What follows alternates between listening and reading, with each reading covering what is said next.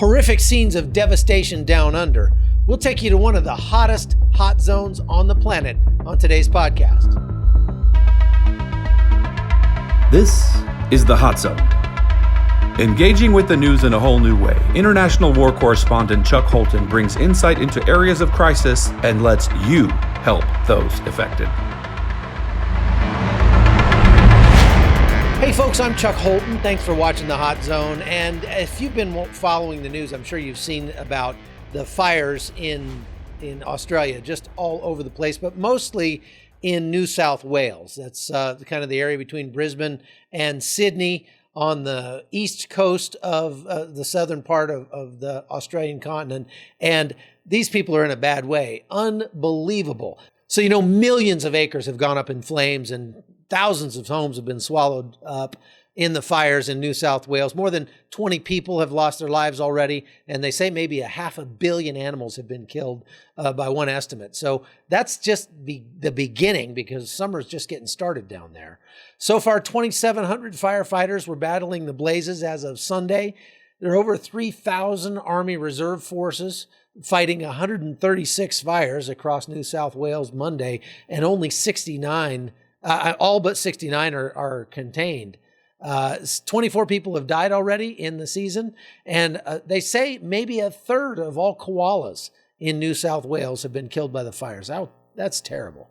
The smoke in Sydney has gotten so bad that the air quality measures 11 times the hazardous level, and an area 5 times the size of Puerto Rico has now been burned. That includes 1,300 houses destroyed.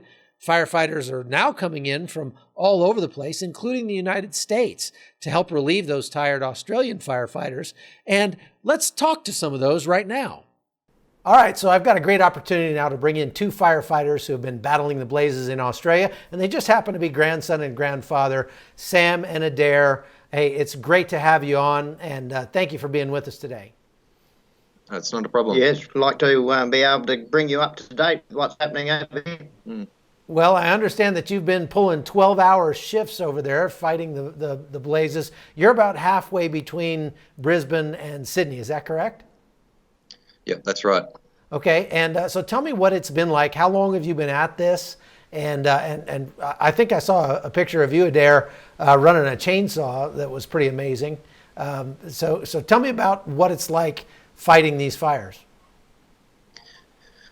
Well, we've started, in August.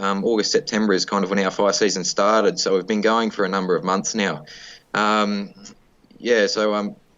does some chainsaw work. I don't know, I think he'd like to tell you a bit more about that. My particular job out there to specialise is bringing down the trees that are on fire, generally within 25 to 30 yards of the fire line. They're very, very old growth trees, quite high, and a lot of them have hollows up the middle, so the fire gets inside them, goes right to the top, and then we get spark overs if we get a wind change, so that's where we start to bring those trees down.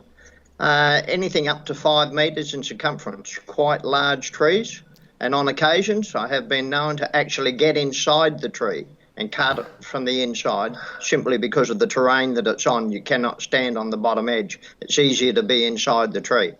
You said 5 meters in circumference. That's a pretty good sized tree. Yep, they're big, all right. Now, many of these are eucalyptus, are they not? Most of them are eucalyptus. Yeah, so I mean, when those things get hot, they've got so much oil in them that they just explode, don't they? Yeah, they do. Yep. And we've had this drought going for a long time now, and part of that has brought down a lot of leaf litter. The trees have died, and we've got up to 3 to 4, even 5 inches of leaf litter on the ground. The fire will go through the tops of the trees, and often we'll get a case 5 or 6 weeks later where a second fire will go through. And that's what happened up at a place called Waitalabar, not so far from Glen Innes. We were up there fighting that fire. 6 weeks later, another fire went through and totally destroyed the town. I believe up to about 35 houses were lost when that happened, because all the leaf litter had come down, and a second bushfire went through the same area. Oh, wow. I've never heard of it being able to be burned twice. That's incredible. So I mean, obviously very dangerous to be out there. Can you tell me, most people in the United States just have heard that there are fires over there, but we have fires out west in the United States every year. What makes these fires different from the fires that we see typically? These fires are just on a magnitude and of a scale that we've never experienced before. Like, we've had bad fire seasons previously, like last year was bad, the year before that was bad, but this is just on a completely different scale. We're usually only having to deal with one or two very large fires of a fire season, but this fire season we're having dozens, like just fire after fire after fire that is growing to an enormous size. And it's hard to try and contain those kinds of fires because of the drought, the amount of fuel that's available everywhere. These fires just burn with an intensity that is just beyond comprehension. Like, some of these fire fronts are burning, well over 100 metres high. They're burning 30, 40 kilometres in 20 minutes sometimes. Like, just the ferocity and the fire behaviour. These fires are spotting, so when it throws the embers ahead of the fire, fires are starting 20, 30 kilometres ahead of the main fire front sometimes, and it's these fires are creating their own weather systems. The thunderstorms are forming above them, creating dry lightning, which starts new fires. Like, it's it turns the sky to black. Like, it's as dark as night sometimes. At present, we have approximately 16 million acres have been burnt out. 16 million, phenomenal area. And this is being exacerbated by the drought. Everything is absolutely tinder dry. There's very, very little moisture in there. Humidity is often down around that 8 to 10%. The winds sometimes 40, 50, 60 k's an hour, or in your terms, 40, 50 mile an hour. And they just take off. They're phenomenally hard to control, and we simply don't have enough units to be there. But in saying that, because of the intensity of them, you really don't want to be there. You have to wait for them to come and set up strategic lines to be able to control these fires, often with backburning, which takes place at night, but that's conditional upon the direction of the wind being able to burn back against what's coming towards you. Very, very difficult to do it. And our people have been out there for so long now, and they're all getting very, very tired. Put a week out on the fire line of 12 hours a day, you want a few days off. And we've been doing this for up to 4 months now. Excuse me. So we need a rest, but we're thankful. We've got people from the United States, Canada, New Zealand coming in to help us. And it's made a big difference to be able to give some of our people a bit of a rest before they get back out again. As a result, of course, the time they spend out there, it's like the stone in the middle of a river, a big ripple effect. People can only do it for so long. They've got their own families to support. When they go away, they often don't get paid from the work that they've left behind, or if they're their own business people, they simply don't get paid at all. If they're not out there doing what they normally do, electricians and plumbers and all those sorts of people, then their family bank account is suffering.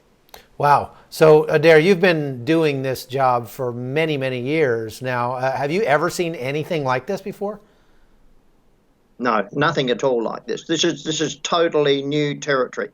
But they keep saying this is going to be the new norm. But if we get the rains back again, which we hope for, then things will change quite dramatically. But at this stage, because of the dryness, we're just going on and on. Every day there's a new fire. We've got storms forecast again tonight here, and they're often dry lightning strikes all over the country. Our little brigade here is really busy. We had 5 successive call-outs 3 days ago, one after another, going to lightning strikes, trying to handle them before they got too big. Wow. So, Adair, I'm the son of a fire chief. My dad was a firefighter when I was a kid, and he used to take me out with him to fight brush fires out in Nevada, where I lived. And so is that kind of how you got into this? Well, we were farming people, and everybody helps each other out here. And if somebody needs a hand next door, well, that's what you do. You just go over and help them out. Besides, you don't want their fire coming into your place, so it's a lot better to put it out before it gets that big. But they're just getting away so quickly at present. The resources are absolutely stretched to the limit to try and contain this. We're sending people all over the country to help out in different areas. When it eases off in one of our areas here, we had a strike team that went down into the Hunter Valley towards Newcastle earlier this week, and they were all our people that got on a truck and went down to help the next door neighbours, so to speak, even though they might be 400 or 500 k's away. Wow. Well, I just found out today that I'm going to get to come over there and visit you all here in a couple of weeks. And so I'm really looking forward to meeting you face to face. And hand me a spade. I'll go out there and help you. The only experience I have fighting fires is when I was 12, but I think it'll come back pretty quick. Thank you very much for being with us. We'd like to see you out here, and we'll certainly be able to show you where some of these fires have been, and you'll be able to understand just how dry the land is. There's no water left in the dams. That's another problem that we have, accessing water. It's not like in Canada where you run hoses from one water hole to the next and pumps. All our water is carted on the back of the trucks, and in order to be able to continue to fight these, we have to set big water trucks up with 20, 30, 40,000 litres on and use them as our little reservoirs until it's all gone, and then away they go, sometimes up to 50 or 60 miles to go and get another truckload of water. There's just none left in the rivers. Wow, that's amazing. We'll be praying for you all. I know you need it, and hopefully the people on our podcast here will get a chance to get to know you a little bit better when I get over there in a few weeks. So God bless you, and stay safe, and I look forward to seeing you soon. Yeah, we look forward to seeing you as well. Yeah. All right. Thanks for your time. Yeah, thank you, Chuck. All right, guys. Thanks a lot. I appreciate you. God bless you. From Sydney to your place, driving is what, about 5 hours or so? All right, folks. Thanks for watching. That's all I've got for the Hot Zone today. I'm bringing you stuff that you don't get on the everyday news. And so share it with your friends. Let's keep this thing growing. All right. We'll talk to you later. Bye. The Hot Zone is produced by Amy Holton and Live Fire Media. Copyright 2019.